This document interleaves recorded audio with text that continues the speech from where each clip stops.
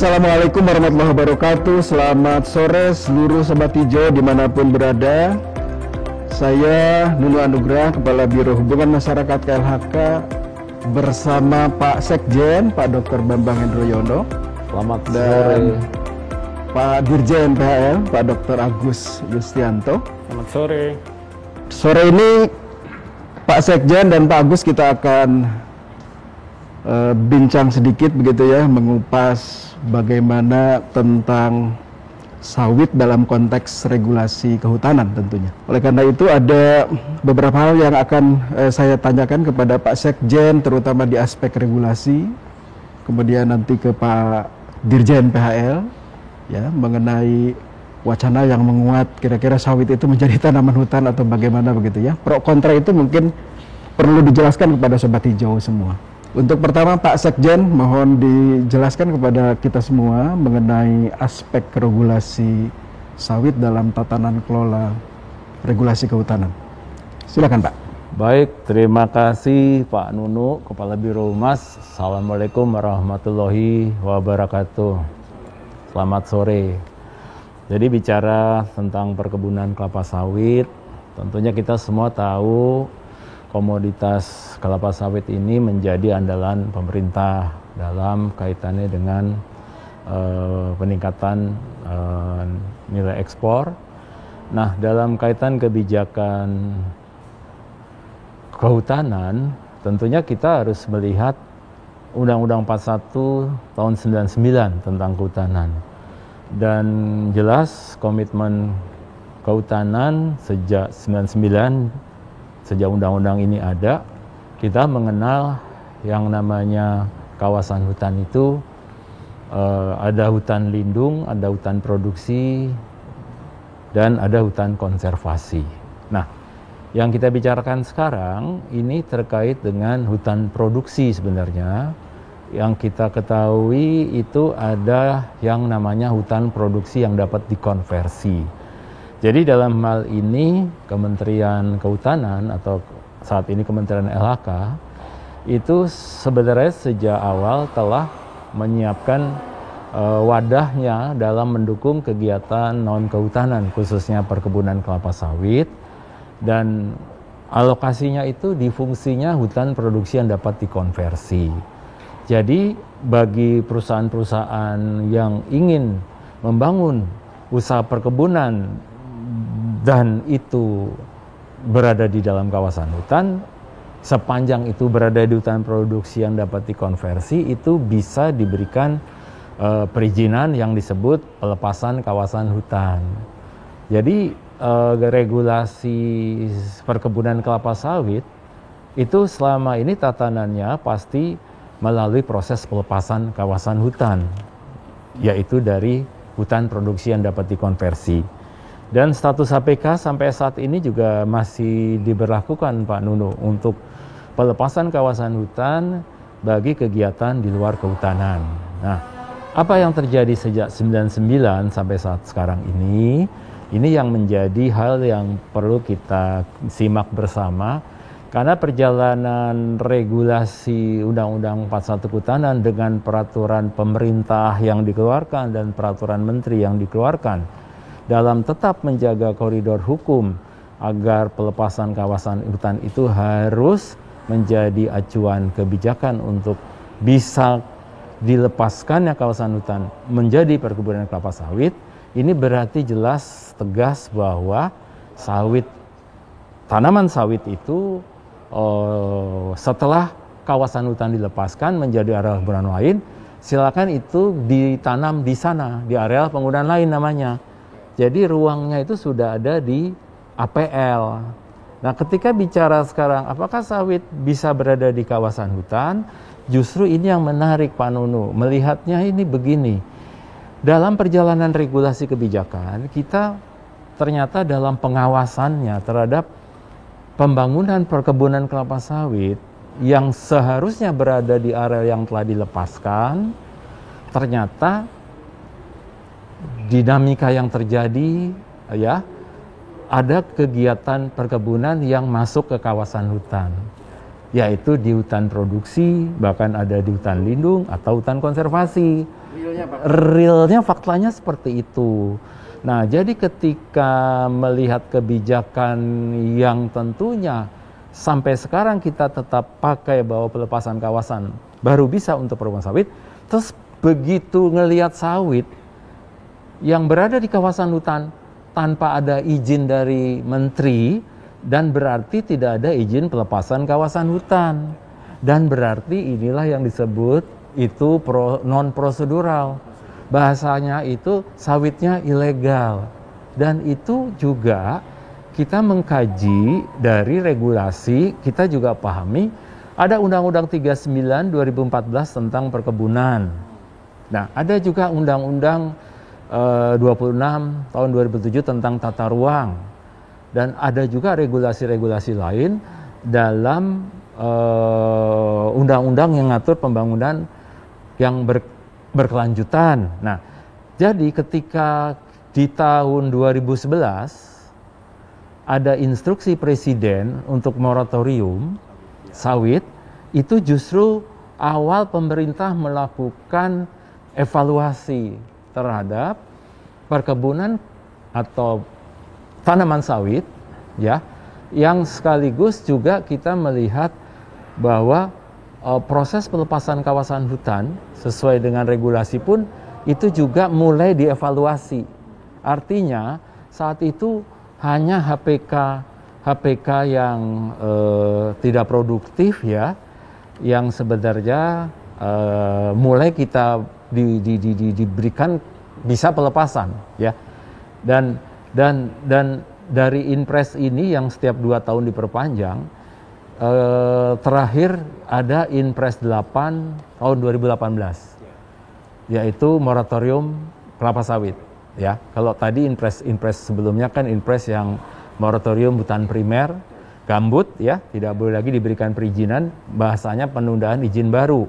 Nah, jadi Pak Nunu, acuan mengevaluasi perkebunan kelapa sawit yang ternyata ada di dalam kawasan hutan itu mulai Inpres 8 2018. Nah, disitulah ada amanat para menteri dan khususnya Menteri LHK, itu amanatnya adalah melakukan evaluasi kebijakan termasuk pelepasan kawasan dan termasuk pembangunan kelapa sawit yang telah dilepaskan dari kawasan hutan itu.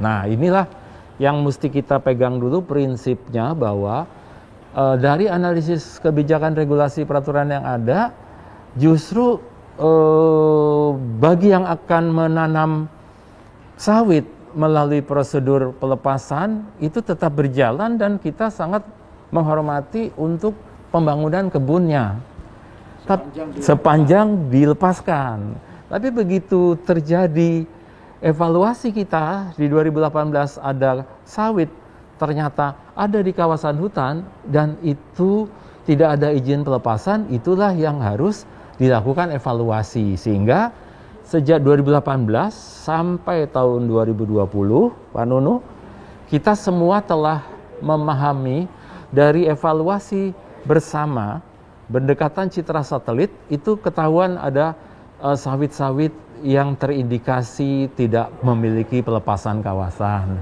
Nah, dalam kaitan regulasi ini, ya, pemerintah, ya, tentunya tetap melihat produktivitas sawit ini harus tetap dijaga, khususnya yang melalui perizinan yang sudah sesuai harus bisa ditingkatkan, dan yang tidak melalui pelepasan ilegal dikatakan itu di dalam kebijakan. Ketika kita melakukan evaluasi untuk tata kelola ke depan demi menjamin produktivitas sawit di Indonesia dalam hal ini, karena kebijakan yang kita ambil waktu itu melihat masih adanya dispute regulasi, adanya dispute tata ruang, dan mengakibatkan ada juga sawit yang sebenarnya dari awal itu sudah berada di luar kawasan, tapi perkembangan peta kawasan hutan masuk kembali. Nah, ini yang kita evaluasi.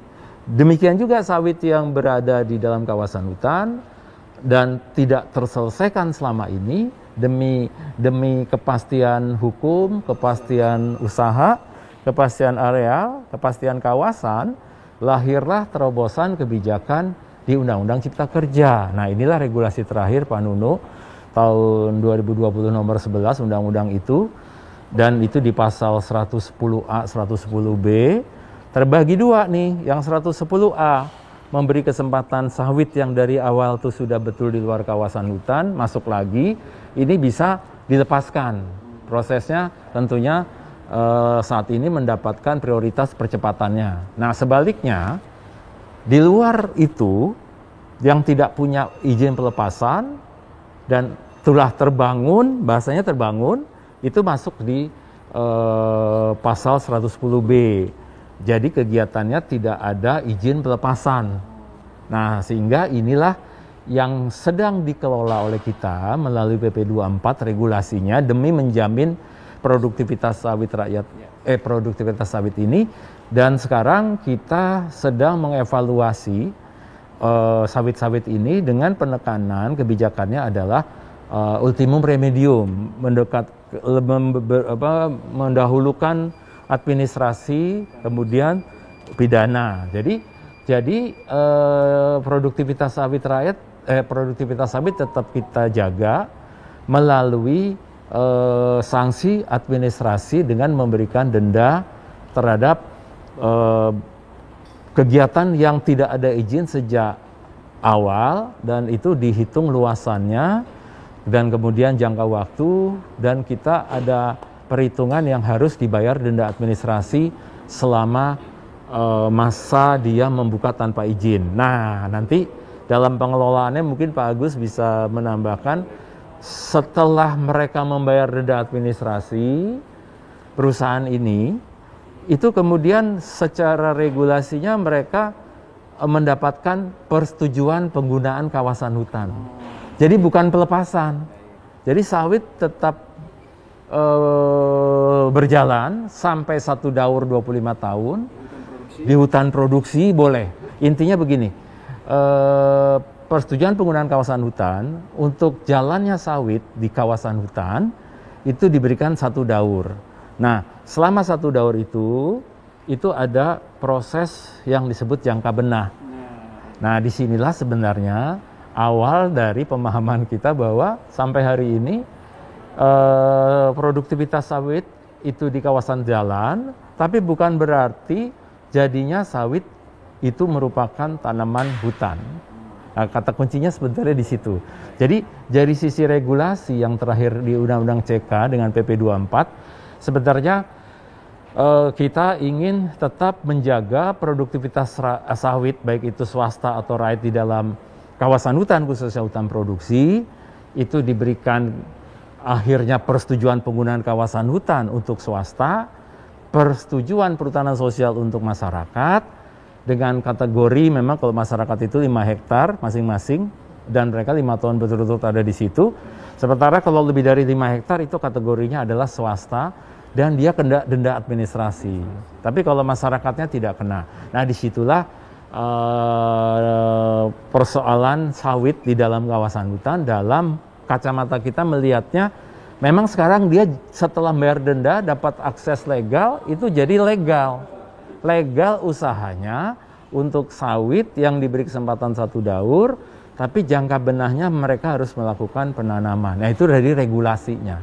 Nah, untuk teknisnya nanti Pak Dirjen PAL karena melihatnya secara luas dan siapa-siapa saja di dalam hutan produksi itu, lebih ke potret, silakan Pak Dirjen nanti membantu menjelaskan. Baik, begitu Pak Nono regulasinya. Terima kasih. Pak Sekjen, terima kasih. Saya kira sudah cukup clear begitu ya, cukup panjang historinya Pak Dirjen.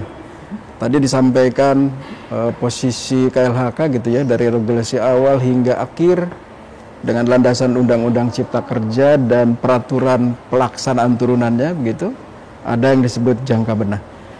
Nah, Pak Dirjen mohon juga bisa merespon dan menyampaikan kepada Sobat Hijau semua mengenai wacana yang menguat akhir-akhir ini, Pak Dirjen. Mohon Pak Dirjen bisa mengenlight kita semua. Terima kasih Pak Karuhumas. Assalamualaikum warahmatullahi wabarakatuh. Saya ingin menambahkan dan melengkapi apa yang disampaikan Pak Sekjen yang sudah memberikan penjelasan tentang regulasi terkait dengan sawit yang ada di dalam kawasan hutan. Nah, posisi Kementerian Lingkungan Hidup dan Kehutanan terkait dengan isu sawit sebagai tanaman hutan telah jelas bahwa sawit bukan tanaman hutan. Ya, dan ini berdasarkan analisis yuridis dan historis pada berbagai peraturan regulasi yang ada. Tadi sudah dijelaskan oleh Pak Sekjen dengan lengkap dan juga analisis pada kajian akademik secara berlapis. Jadi ini semakin menguatkan kesimpulan bahwa jenis tumbuhan sawit jelas bukan tanaman hutan dan sampai saat ini pemerintah belum ada rencana untuk merevisi berbagai peraturan yang dijelaskan oleh Pak Sekjen tadi. Saya sedikit mengulang lagi secara historis terkait dengan tumbuhan sawit. Ini ada di dalam Peraturan Menteri LHK nomor P11 tahun 2020. Tidak memasukkan sawit sebagai tanaman yang diperbolehkan untuk ditanam dalam pembangunan hutan tanaman rakyat atau HTR. Nah, di dalam Permen LHK nomor P105 tahun 2018, sawit juga tidak masuk sebagai tanaman rehabilitasi hutan dan lahan atau yang dikenal dengan RHL. Nah, pemerintah saat ini lebih fokus untuk menyelesaikan berbagai persoalan yang telah terjadi sejak beberapa dekade lalu, sehingga mengakibatkan masifnya ekspansi penanaman sawit di dalam kawasan hutan secara non-prosedural dan tidak sah yang disampaikan Pak Sekjen tadi ya. Nah, praktek kebun sawit yang ekspansif, monokultur, dan non-prosedural di dalam kawasan hutan ini telah menimbulkan beragam masalah hukum, ya, ekologis, hidrologis, dan sosial yang harus diselesaikan. Kami juga mengingatkan kembali kepada semua pihak bahwa hutan memiliki fungsi ekologis yang tidak tergantikan, serta dengan total economic value yang dikandungnya dan terkait dengan kebun sawit yang telah mendapatkan ruang tumbuhnya sendiri, maka saat ini belum menjadi pilihan untuk memasukkan sawit sebagai jenis tanaman hutan ataupun untuk kegiatan rehabilitasi. Nah, terkait dengan infiltrasi sawit yang tidak sah, atau sering disebut dengan keterlanjuran sawit dalam kawasan hutan, maka penyelesaiannya dilakukan dengan memenuhi unsur-unsur keadilan, kepastian hukum, dan kemanfaatan, sehingga penegakan hukum yang dilakukan ini juga dapat memberikan dampak yang terbaik bagi masyarakat serta bagi hutan itu sendiri. Demikian Pak Karo. Baik, Pak Dirjen, Pak Sekjen, terima kasih sudah mencerahkan kita semua, kami dan seluruh Sobat Hijau dimanapun berada. Sobat Hijau, itu kira-kira penegasan dari Kementerian Lingkungan Hidup dan Kehutanan melalui Sekretaris Jenderal Kementerian Lingkungan Hidup dan Kehutanan, Direktur Jenderal Pengelolaan Hutan Lestari, mengenai wacana yang menguat akhir-akhir ini tentang sawit sebagai tanaman hutan. Kira-kira sudah jelas semua. Terima kasih Pak Dirjen, Pak Sekjen. Sampai ketemu di tematik yang lain. Beri salam untuk Sobat Hijau kita semua. Assalamualaikum warahmatullahi wabarakatuh. Selamat sore, sampai jumpa di edisi dan tematik yang lain.